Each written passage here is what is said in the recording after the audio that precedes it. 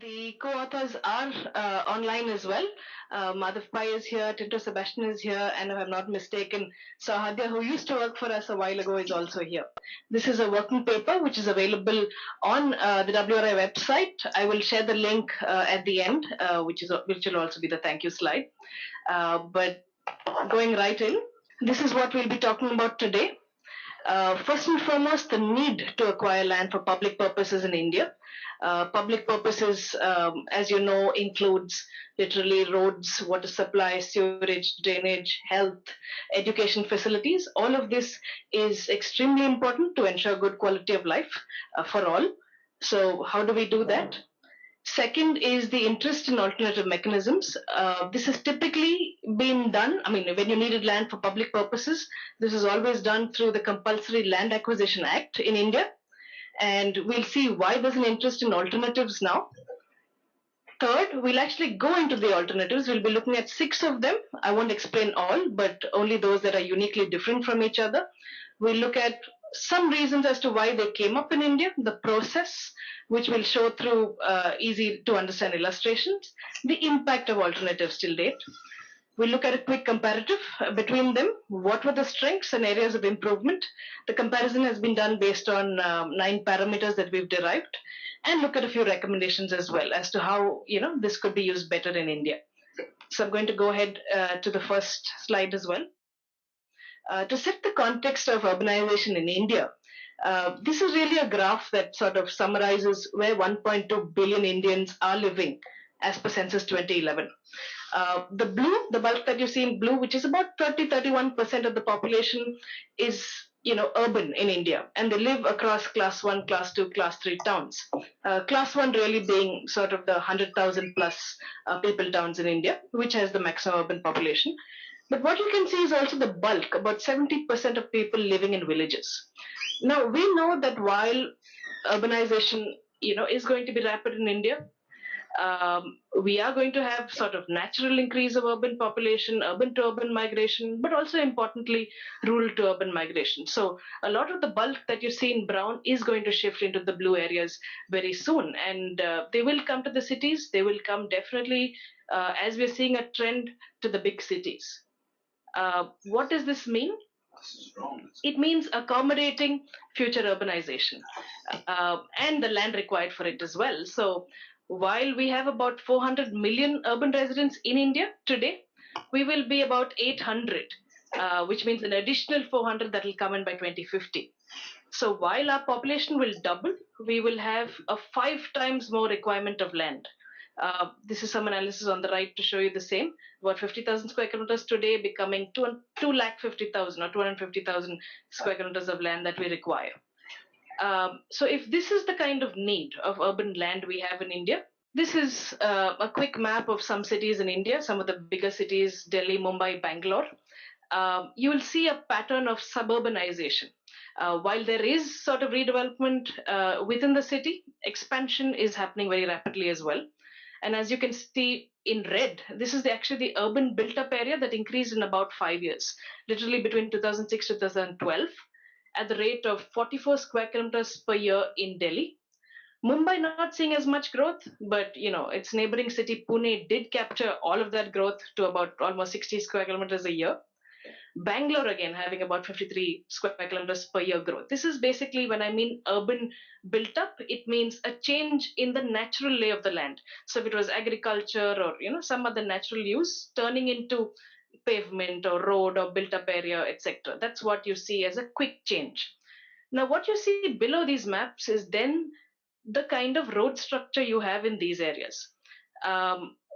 You can see it's fragmented very often. It's not a complete network, and I'll focus on Bangalore very quickly just to make the case. I've added a few pictures which are not part of the publication, but good to explain. What you see below Bangalore is really, we focused on an area called Whitefield. As many people know, Whitefield is the big IT hub of Bangalore, other than Electronic City. This is where ITPL was set up. You have famous statements, including when the Obama administration was around, that all the jobs are moving from Buffalo to Bangalore. But when you go on ground to this particular area in Whitefield, you can see the network of roads. it looks very rural. And the problem is exactly that. It never converted to an urban structure. The problem on ground that you see is they never managed to acquire, the land for this network of roads. What that does on ground is this. Jayanagar and Vijayanagar are older areas of Bangalore, and you can see the density of road networks that happen here. One is a planned layout, one is grown over time. Whitefield, on the other hand, has never managed those networks. Again, more problematic. On ground, it's completely built up. Again, on ground, huge traffic jams, because if you have just one or two main roads leading to this area, you have a traffic jam every day. People are stuck for hours. You had the IT companies complaining that they will leave Bangalore if somebody doesn't resolve the situation there. So all kinds of issues come from that. Infrastructure is not reached, whether it's drains, water supply, sewerage, a lot of self-provisioning of infrastructure happening. And developments like these, completely on dead ends, very high, buildings, like literally if two cars occupy this road, the road is going to be blocked and it's a dead end. So this is the nature of growth in expansion areas, quite unplanned, quite unserviced. So while there are several aspects of land that can be, addressed and explored in India, for example, whether it's land tenure, whether it's ownership, issues, whether it's how you document online, the land records, all of these issues are there. But definitely we felt this was an area of focus because rapidly urbanizing Indian cities need mechanisms that can plan, acquire, and service land with infrastructure. And to prevent haphazard urban expansion. And also another aspect that we're going to look at is ensuring inner city areas are well regulated, well provisioned for, sorry. So what is the interest in alternative mechanisms? Very quickly, just to give you a background as to why we looked at this aspect, alternative mechanisms are not new to India. The town planning scheme, for example, is over 100 years old. But till about 2013, the year 2013, the National Land Acquisition Act, at that time it was called the 1894 LAA, was always the tool of choice. Compulsory acquisition was fairly inexpensive, it was very fast, and always served as the tool of choice. But because of this, it caused a lot of resentment. A lot of opposition was there against the act and a lot of litigation. So it was decided to revise the act, which was the 2013 revision. There are more nuances to this, but in effect, this act continues today post 2013. What happened is this new law was definitely more transparent. It involved the community, it enhanced benefits for affected families, etc. But it also resulted in the process being lengthy and increase in costs in terms of acquisition. So we found that a lot of urban agencies were not very, happy with this change. They were not willing to use this anymore.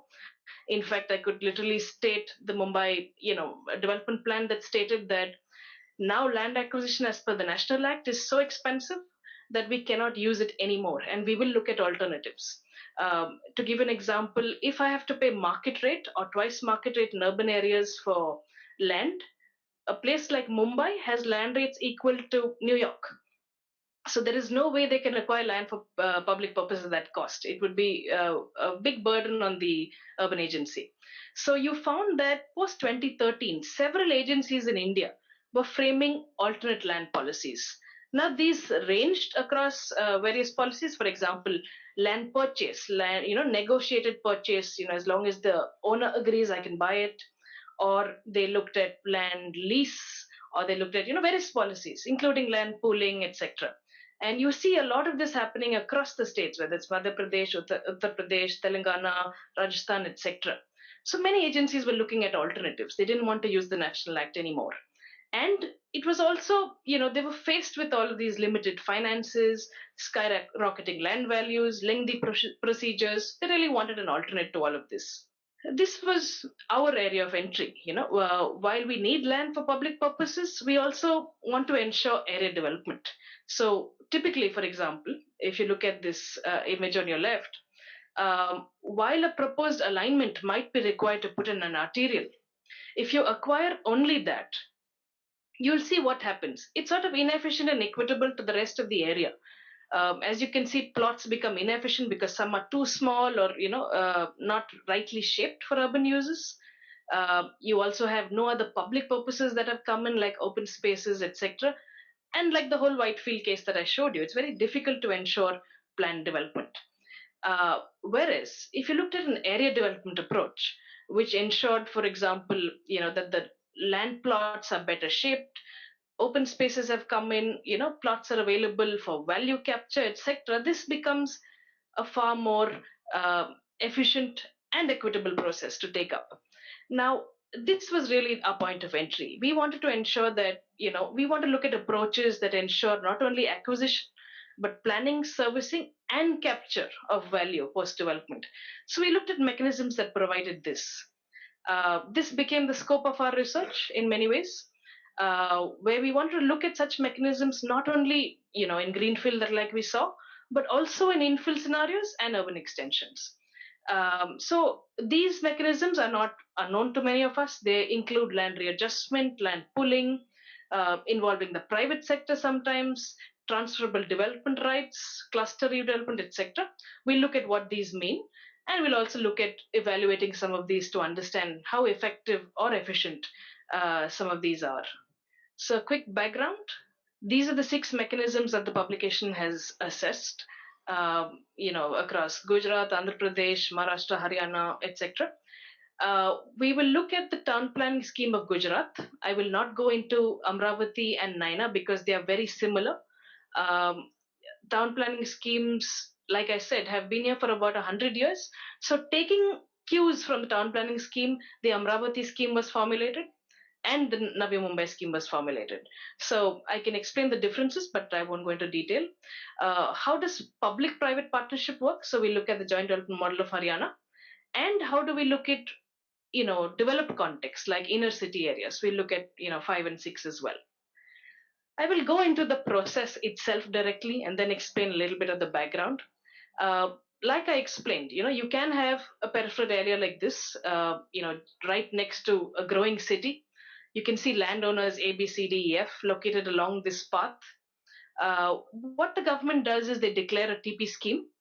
All of these mechanisms follow master plan processes, which is a great way to ensure a macro process is in place and a macro vision is in place before you start detailing out the micro level layer as well. So this is where a TP scheme, which is a micro level plan, operates. The government ensures a declaration over here. They consult with the landowners in this area. They call for meetings, they seek opinions, etc. And they prepare a draft scheme, like you can see on the right hand side. Once the scheme is made and some modifications are done based on landowners' requirements, a draft is published. Now, once a draft is published, it can be published for people to give objections, suggestions, etc. And as you can see on the right, at the draft stage itself, and this is something very unique to the town planning scheme of Gujarat, at the draft scheme itself, you can acquire all public purposes, especially roads. So the land for the roads is taken over, and after this is when the scheme becomes a preliminary. It's a bit of a terminology issue, which may not be very easy to understand. It actually goes through a draft scheme, then a preliminary scheme, and then a final scheme. That's how the process continues. At this stage, of course, the town planning officer ensures that the preliminary scheme incorporates all, grievances from people. People sometimes are very unhappy about the location of their parcel, etc. So all of these grievances are addressed, or the size or shape, or all of those things are addressed. It is then handed over. The reshaped parcel is handed over, and as you can see on the right, your parcel is much smaller than what you owned initially, but it is now serviced and planned, which means your land value is escalated, which also means that the government then does a very smart process. They calculate the amount of infrastructure and provisioning that they did in terms of roads, open spaces, etc. And they say that this is actually a betterment that we've done for your site. So you have to pay us a betterment levy. Whereas the owners also, through this reconstitution, have lost an amount of land. Very often, the amount of land lost in terms of cost is equal to the amount of infrastructure provided by the government. So, very often it's sort of a zero sum game. Nobody has to pay each other. Sometimes you might have to pay, betterment levy back to the government. So this is how the process works. I thought it's good to just explain the process itself before we look at, how did this process come to India in the first place? It came in the late 1800s, literally, when there was a plague spreading across India. Cities like Mumbai had large scale demolitions and acquisition of land happening because there were improvement trusts that wanted to sanitize the place. This caused a lot of resentment from people, and they felt that something needed to be done. So they came up with the readjustment method so that you don't lose your land completely. That's when it was brought into the 1915 Town Planning Act. And as you can see, it continues today. A lot of it is very similar to the Act of 1915. It uses both British as well as German planning laws to formulate the land readjustment schemes. Continues to be there in most town country planning schemes across states in India, sometimes lying defunct, not very well used. So that's the quick background to it. What has it done? In effect, is it has ensured planned and service land at the local level. I've just shown you how, so I won't get into the details. How does it get financed? I already mentioned sort of the zero sum game where I pay for betterment levy, whereas the government compensates you for land loss. In addition to that, the government also ensures that they keep certain key plots, which they can later mortgage or auction off. This is about 15% of the land. So this proceeds very often are used to fund the next scheme in the process. I can go into details if there are questions later. And in terms of the impact of this kind of a scheme, what it has done is it has ensured implementation of the macro city level plan. Almost 90% of the plan gets implemented through TP schemes. This is in sharp contrast to many other cities in India. I showed you the case of Bangalore's peripheries.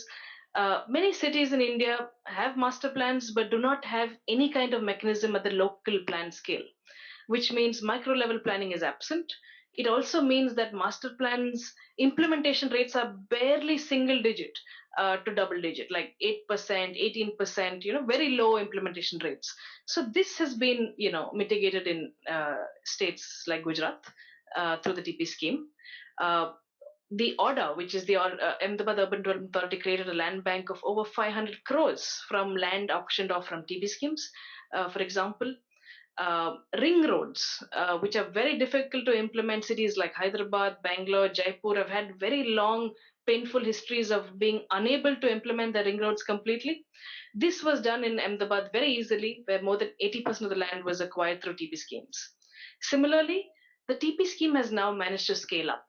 Largely, about a square kilometer would be able, would use TP schemes, but today the TP schemes range up to 100 square kilometers at a time. This is, for example, being used in the special investment region of Dholera in Gujarat for industrial purposes. So, very interesting impacts of this scheme, scaling up over time and over size now. We look at another method now. So that was, of course, the town planning scheme. I'll move on to the joint development model of Gurgaon. This is where private developers enter the land development space.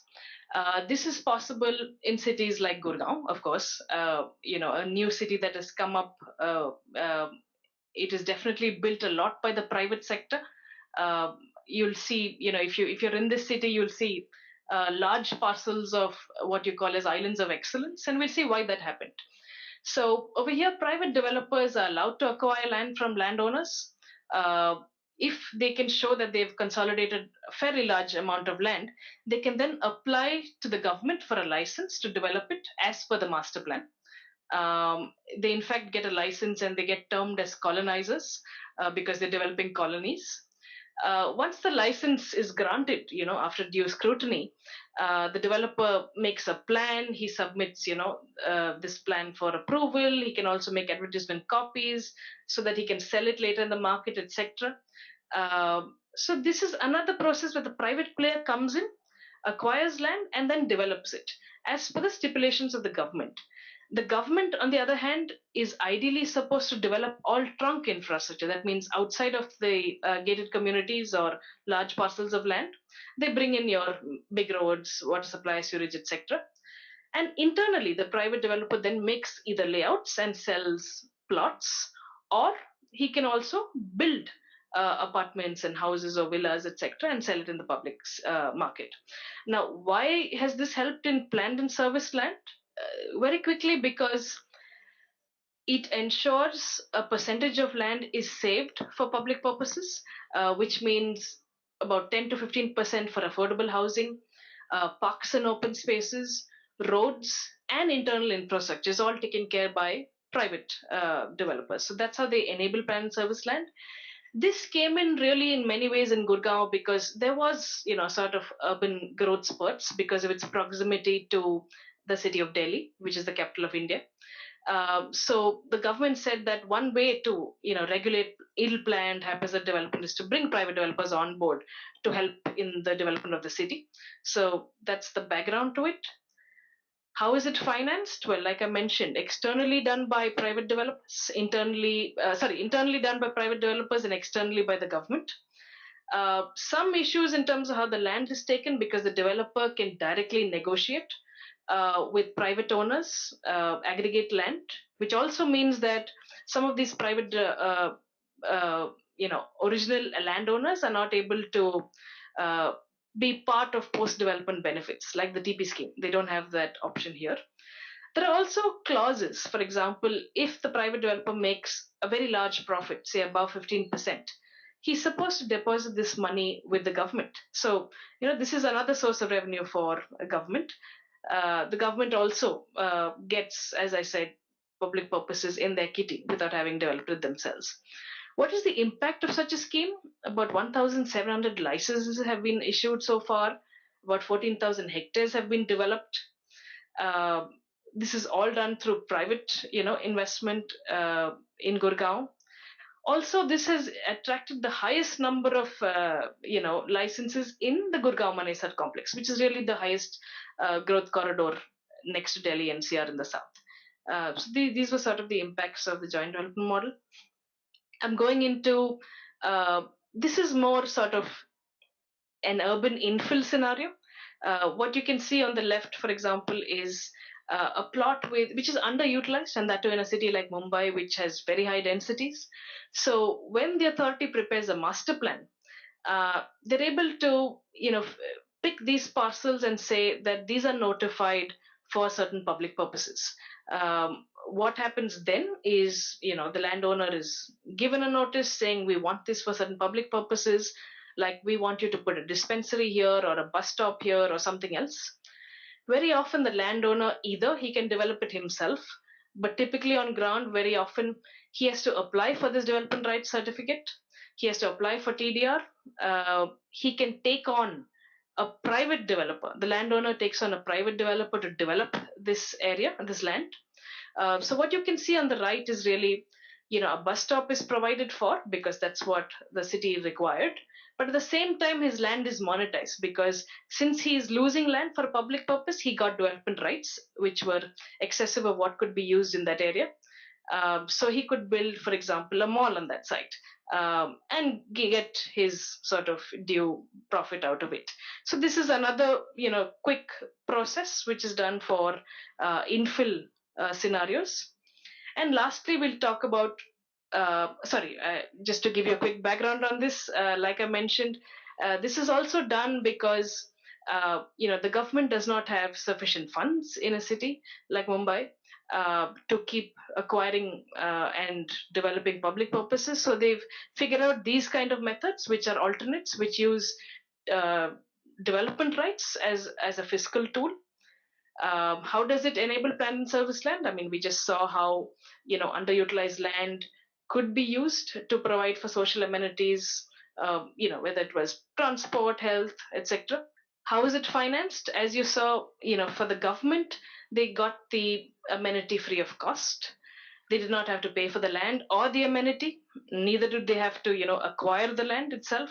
private sector comes in, especially in a context like Mumbai, which has very high propensity for, very high market demand for uh, space. So this got done through that. What is the impact of this? Again, the cluster redevelopment scheme process.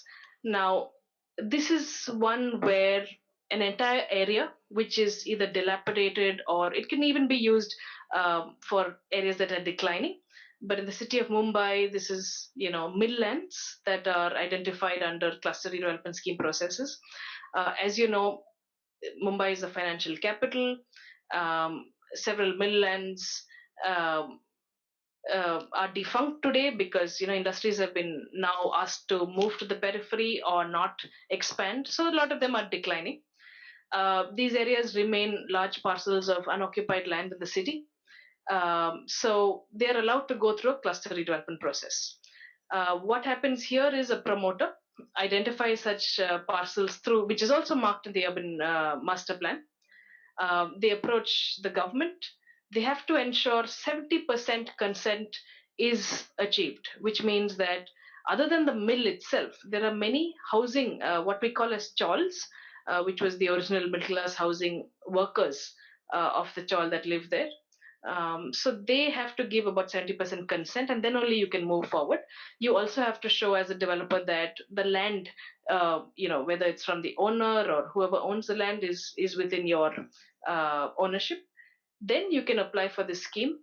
The process is that you have to like, supposing I go ahead with this, I have to ensure that transit camps are provided so that the eligible tenants are accommodated in the interim process, as well as the sale component of the land. As you can see in the second diagram, how a whole construction takes place of saleable component. And as you can see in the last diagram, the transit accommodation then becomes sort of formal housing for the original landowners, as well as sale component housing, which basically fetches the profit for developers. That's how this scheme is done. So, like I mentioned, several dilapidated areas in the city of Mumbai, they can all go for reconstruction using this. It ensures, in terms of plan and service land, there's a minimum size that you have to bring to the table in CRS, which means supposing you have a larger plot, I will, as the government, I will say, as per master plan, you have to put in certain roads in this area. You have to put in certain open spaces, etc. So in this way, the whole area redevelops, and this can be done cluster by cluster at a time, so that an entire redevelopment process is then in place to ensure all of these, amenities come in.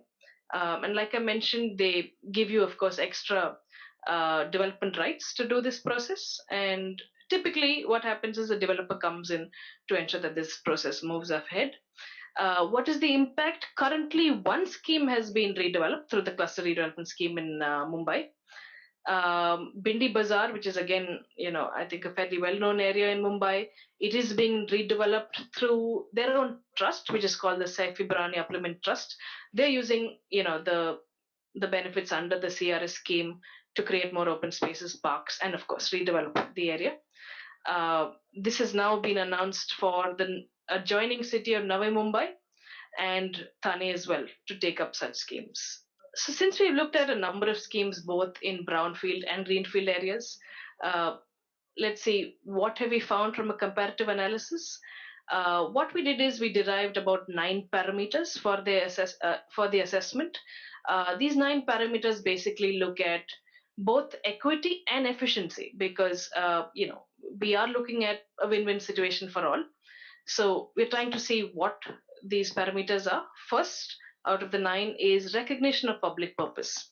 Especially when it comes to land issues, there's a lot of dispute and unhappiness that it was not a public purpose. So we're checking whether it was a listed public purpose. So what we saw across the legislation, so this is a legislative comparison across all 6 mechanisms. The legislation clearly states across all mechanisms, it has a listing of what public purpose means. If it doesn't list it, it shows a process of how you define public purpose, because sometimes public purposes evolve as per the needs of society.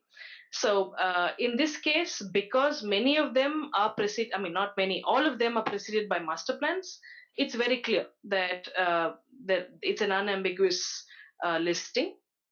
However, although you take this land for public purposes, there is no mechanisms to ensure that the government does not divert it to other purposes. And we have seen some issues being noted, for example, in TP schemes, etc. The next mechanism is the next parameter was not just whether you recognize public purpose, but how much a public purpose is designated. Like, is it clear that say 18% has to go for roads or not, or open spaces? So this kind of clear numerical definition is there in some schemes like the TP scheme and the land pooling scheme, but it's not there in schemes like the joint development model, or NINA, which is basically the scheme around the airport around Navi Mumbai. So in these locations, they just give a large aggregate number. Another issue with this is when you have a gated development, like you saw in Gurgaon, there's no clear assessment of whether these public purposes are for all or for only the people living within the gated community. It's not public access in that sense. Another issue again is if there are public purposes like say affordable housing provided within these developments, there's no clarity if people who do not have land and were living on that land, what I mean is tenant occupiers, and this is a huge issue in India. About 38% of agricultural households, for example, in India do not own land. They are tenants, they work on somebody else's land and derive a livelihood from that. So, when that land is taken away for development purposes, they not only are, sort of have to move out of the land, but they lose their occupation. And they're not considered in most of these schemes, except one, which is the land pooling scheme of Amravati. Operational process, this is to see whether all the steps are clear. Are there processes in place? Are there steps? Like if I'm a landowner versus a developer versus a government agency, do I know what are all the steps? Is it well defined? It is for the TP scheme and the land pooling scheme of Amravati. Amravati, which is a new capital city, has used the land pooling scheme, but when they will develop the land is not clear. How fast they will acquire the land is very clear, but not the development of it. The NINA scheme, which was for the new airport, has a process in place, but there's no commitment to timelines again. So the process is quite unclear in some of these. And when it comes to, for example, the joint development model, the transfer of development rights in the cluster development scheme, the process requires referencing multiple documents. Like we ourselves have to look through about 5-6 documents to understand the clear process and timelines. Enabling frameworks, do they all come through, for example, a stated act or a master plan, etc.? Yes, they do. Most of them come through state legislation. There's a state town country planning act, but a few, like the land pooling scheme of Amravati, comes through a capital city development act. So it's very specific to one city's development, and the JDM actually comes from a very unique act as well. When we look at compensation, so these are some of, for example, the equity aspects of these mechanisms. What is the compensation like for landowners? As you saw in the town planning scheme and basically land pooling and readjustment, they get their land back, which is developed now and hence increased in price. In the land pooling scheme, because it was for a city like Amravati, which was a new capital city, did not see development coming very quickly, they also gave monetary benefits because it's a long-term process of when that area will get developed, and they also got annuity in terms of like small pensions, etc., to support them as they transition from agriculture to urban development. I will move forward in the interest of time. Recognition of rights.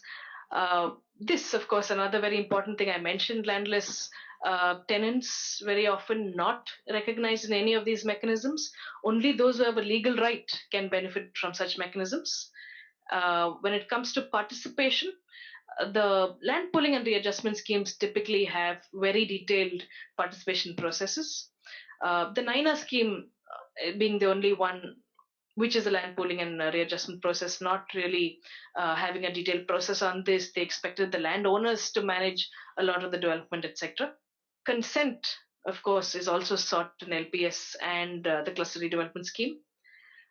In terms of cost recovery, This is present in all mechanisms. So this is the efficiency. I mean, it has to be a win-win for all. It is present in all, though the viability of the mechanism depends clearly on the market demand for service land. So when you are building, say, a new capital city, which is Amravati, in the middle of nowhere, or like a Dholera special investment region, which is again in the middle of nowhere, there's very low demand for this land because there's nothing else around. So this very often delays the process. There's not enough uptake from the market. So these schemes don't necessarily do well in the short run. In terms of grievance redressal and courts, this is your access to higher authorities and courts in case you feel you're wrong through the process. This is very clearly possible in the town planning scheme. Other mechanisms lack this kind of independent system or do not have provisions for grievance redressal. Some schemes like the land pooling scheme have some clarity on the jurisdiction of courts, while others do not. To summarize, these mechanisms, since we saw the process of how they function, there are some strengths definitely in these mechanisms. For example, this is a very good way to implement your macro scale city master plan. Like I mentioned, most cities in India have very poor implementation rates, but some cities which use TP schemes like Ahmedabad are able to go to very high rates of implementation, up to 90%. This ensures accessibility to planned and service land for all income groups. Like I mentioned, all of these schemes have a provision for affordable housing. They like up from 10 to 15%. They have provision for open spaces for all. They have ensure good network of roads can come in, as per legislation. So all of this is hence fairly, good for planned land. It strengthens the finances of city agencies. In many cases, they don't have to foot the bill of acquiring land because they can do it through a readjustment process. In other cases, the private developer is paying excess profits to uh, the agency or giving back affordable housing without the government having to invest at all.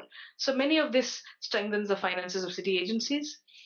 It also shares the risk of land development, especially in uncertain markets. The risk is equally divided between the government, the developer, the landowner, etc. And it also ensures improving participatory mandates because in most of these schemes there is high participation, like the town planning scheme.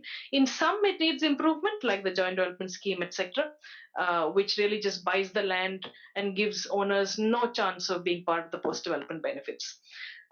What is again interesting in some of these schemes is, for example, the town planning legislation is embedded within almost all state town country planning acts. So while they're lying dormant, now that they're unable to use the 2013 Act, many of them are trying to revive this legislation because you don't really need to go for an amendment or a revision. It's already there. It just needs to get used. So that's interesting for alternative mechanisms. Moving forward in terms of recommendations, um, we saw some issues definitely. For example, the joint development model of Haryana, because the private developer has to come in and aggregate land, he obviously is doing it in places where he can quickly, get owners to agree and take land and aggregate a large parcel. Now, this has resulted in disjointed development, disconnected. So, if you're driving in Gurgaon, you'll see a large, well-developed portion of land, and then nothing for another 1 kilometer, and then suddenly another parcel of land. So, this kind of distant, disconnected, dispersed development is happening. When it comes to sizes, so for example, again, if I talk about Gurgaon, there is no standard size. So for example, block size, you could have blocks which are say 2-3 kilometers in length. There's no way that this will ensure connectivity and walkability for all.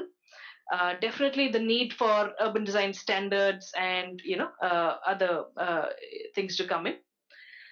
When it comes to reforms, I already mentioned many issues that facilitate the delivery of developed land uh, across groups, ensure participation of all affected stakeholders. Again, we were talking about landless tenant farmers not in the process. When it comes to negotiated purchase, very often farmers are not aware what is being planned in that area. So they sell the land at a very low cost, and then when the development comes up and prices escalate by 10 times or more, they don't get any benefit, and they feel really sort of affected and left out of the process and at a loss. uh, Fair compensation needs to come in. So this is something that is taken care of in the National Land Acquisition Act, which many of them don't want to use. There are many benefits for those who are affected. Some of them could be also taken up in state-led alternatives, which are missing today. Another thing, if alternatives need to be implemented, like I mentioned, it has a lot of participation mandates. When you do town planning schemes, for example, you have a series of participation meetings with landowners, a lot of grievance redressal. This means handling, the angst, the emotions of people, and you need capacity building of government staff to do this. And if not only capacity, but in numbers, but capability in terms of being emotive to all of these needs. So list of things. This is all I could summarize of the publication so far. For everybody who's interested, please go ahead and look at the link. The full working paper is available at two locations, on the Cities Hub as well as rawcities.org. There is the full working paper if you'd like to see, very detailed legislative, figures, numbers, etc. It's there, as well as an easy to understand illustrated summary. So this is what's available online. Thank you. That's a quick overview of the paper.